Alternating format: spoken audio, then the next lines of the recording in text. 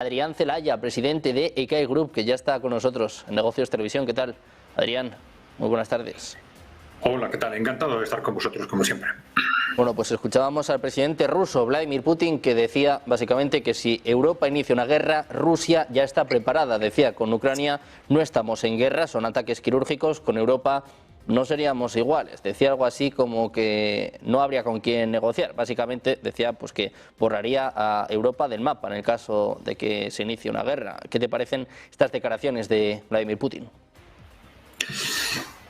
Sí, yo creo que hay que interpretarlos como respuesta a las declaraciones del presidente del Comité Militar de la OTAN, Giuseppe Capodragone, en las que hacía referencia a la lógica en este momento de plantearse la posibilidad de un ataque preventivo, decía él, preventivo contra Rusia, un ataque preventivo de la OTAN contra Rusia, ¿no? Una amenaza muy directa de ataque militar, una amenaza de guerra contra Rusia, y probablemente Vladimir Putin ha intentado responder de una forma más o menos similar. Bueno, en realidad el contexto que ha definido Vladimir Putin es más o menos el que todos los analistas han percibido siempre de las relaciones a nivel militar, del equilibrio militar entre Occidente, entre la OTAN y Rusia, durante las últimas décadas, si se quiere. Es decir, Rusia es en este momento probablemente la primera potencia militar desde el punto de vista estratégico del mundo, la primera potencia nuclear, si se quiere más en concreto. Y por lo tanto, en principio, siempre se ha considerado que atacar a Rusia era, digamos, algo imposible, ¿no? Algo imposible precisamente porque la capacidad de respuesta de este país, pues por simple contención, pues hacía imposible siquiera plantearse la idea, ¿no? Sin embargo, el conflicto en Ucrania nos ha introducido en una dinámica extraña, en la que a partir del año 2023 y como consecuencia de que desde la OTAN se percibe que ya Rusia en esa guerra de desgaste tiene ganada, estratégicamente tiene ganada la guerra, aunque esto no se perciba todavía territorialmente, pero ahora estamos empezando a percibir con claridad esos avances territoriales, pero ya desde entonces el planteamiento de la OTAN es intentar constantemente provocar a Rusia para que Rusia dé pretextos para una escalada, como única forma de resolver el conflicto para unas élites occidentales para las cuales la victoria rusa en Ucrania es políticamente inaceptable, ¿no? Bien, en ese contexto creó unas condiciones de continuo, digamos, continuas provocaciones y crecientes provocaciones a Rusia, tanto en el tipo de armamento que se le aportaba a Ucrania, sabiendo que era armamento que potencialmente peligroso desde el punto de vista de aproximar, digamos, el enfrentamiento entre la OTAN y Rusia, desde el punto de vista de la entrada de contingentes informales de la OTAN, incluso en territorio ruso, en Kursk, de los ataques con misiles de la OTAN contra territorio ruso, de los ataques coordinados por la OTAN contra los sistemas de alerta antinuclear ruso, que eso en sí mismo es causa de respuesta nuclear. Es decir, fueron una serie de movimientos continuados frente a los cuales hubo una ausencia de respuesta rusa, porque el objetivo de Rusia era no responder a las provocaciones para evitar, digamos, salirse de un contexto que le estaba siendo favorable, puesto que estaban ganando la guerra. El que intenta precisamente porque se trata de una provocación para que la otra parte, de alguna forma, al caer en esa provocación, modifique el tablero del conflicto. Rusia no cae en estas provocaciones, pero a pesar de no caer en las provocaciones, genera un contexto en el que la OTAN, Rusia, el mundo se van acostumbrando a que estas intervenciones, estos movimientos indirectos de la OTAN contra Rusia sean cada vez más directos y más agresivos. Y esto ha creado una situación extraña en la que algo que era imposible hace años, es decir, que la OTAN se plantease de una u otra forma determinados ataques directos o indirectos contra Rusia, esto se ha estado haciendo de forma constante y creciente, ¿no? Y esto es un poco lo que ha creado esa dinámica dentro de la OTAN que les ha llevado a plantearse, aunque sea conceptualmente, esa posibilidad de ataque preventivo. Pero claro, esto obliga también a Rusia a poner límites a esa falta de respuesta a las provocaciones, a advertir de que esos límites existen, y en este momento Vladimir Putin lo que ha querido admitir, lo que ha querido dejar claro sobre la mesa es que un ataque directo de la OTAN contra Rusia tendría una respuesta nuclear, teniendo en cuenta que, claro, en la OTAN, aunque no se contara con un Estados Unidos que en este momento no parece dispuesto a este tipo de maniobras, estamos hablando pues de economías y poblaciones muy superiores a las de Rusia, independiente de plantearse la hipótesis de que Rusia en un conflicto prolongado contase con la colaboración de China, etcétera. Pero Vladimir Putin ha dejado perfectamente claro, ha querido dejar perfectamente claro que en caso de un ataque directo la respuesta sería nuclear y por lo tanto sería avasalladora para Europa, cuya capacidad nuclear con respecto a la capacidad nuclear de Rusia es casi insignificante, ¿no?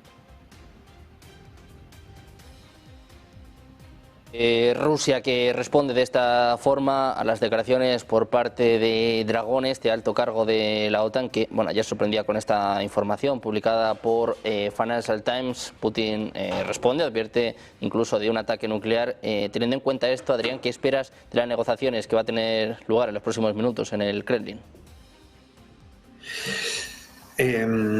Bueno, vamos a ver. Aquí hay dos aspectos, ¿no? Uno es el de las relaciones entre Estados Unidos y Rusia, que parece estar avanzando sustancialmente bien y parecen estarse detectando oportunidades de colaboración, fundamentalmente en distintos ámbitos económicos entre los dos países, que están despertando un interés creciente en ámbitos económicos tanto de Rusia como de Estados Unidos.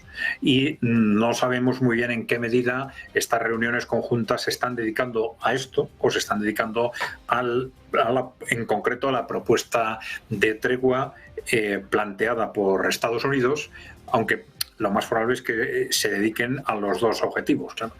Pero con respecto a la propuesta de tregua, los movimientos de los últimos días parecen transmitir que lamentablemente las posiciones están excesivamente alejadas.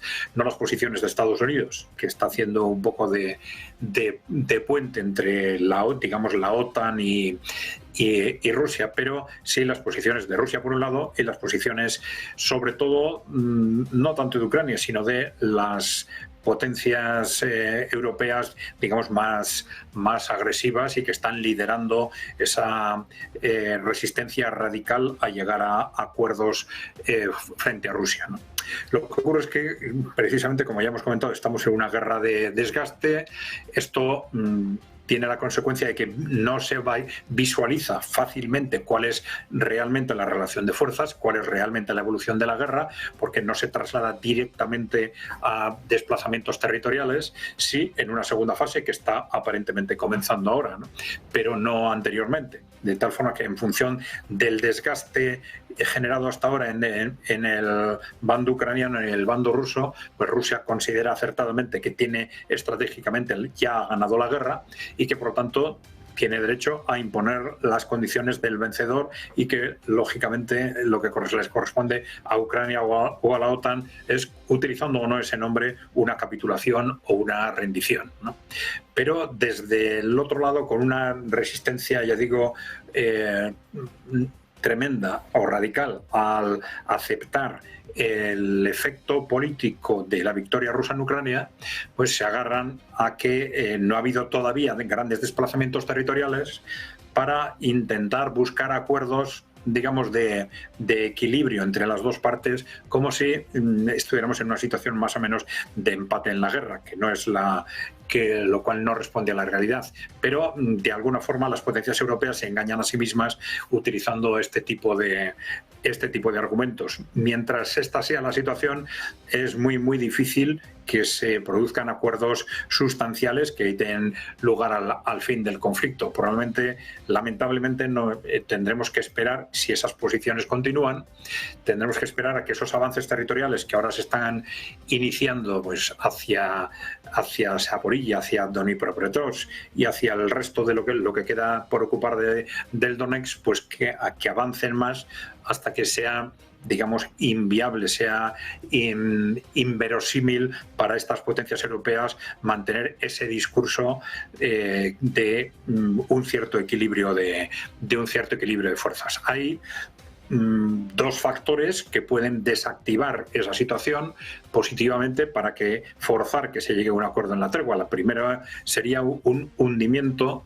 del gobierno de Ucrania, un hundimiento político que podía haber estado provocado por este escándalo de corrupción, pero que parece que de una u otra forma el propio Zelensky lo puede estar controlando, y por otro lado el que Estados Unidos diera un golpe sobre la mesa y decidiese con claridad y de forma rotunda retirar el apoyo logístico y el apoyo de inteligencia, que todavía es fundamental para que Ucrania mantenga su esfuerzo bélico.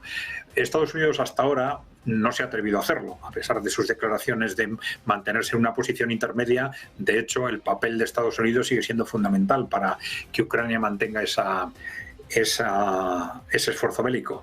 Pero si Estados Unidos fuese capaz de hacerlo, esto podría forzar, por supuesto, a Ucrania a aceptar unas determinadas condiciones.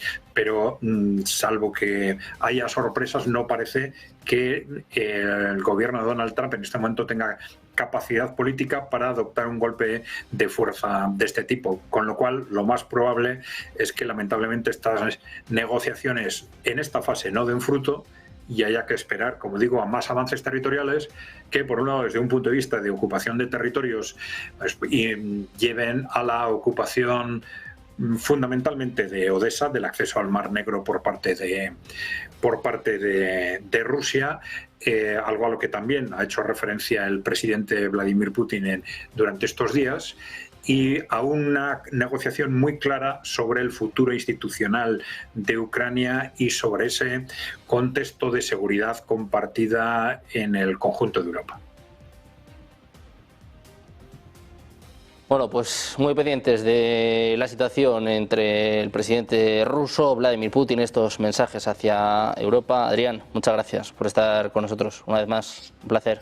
Muchas gracias, muy buena tarde. Gracias a vosotros.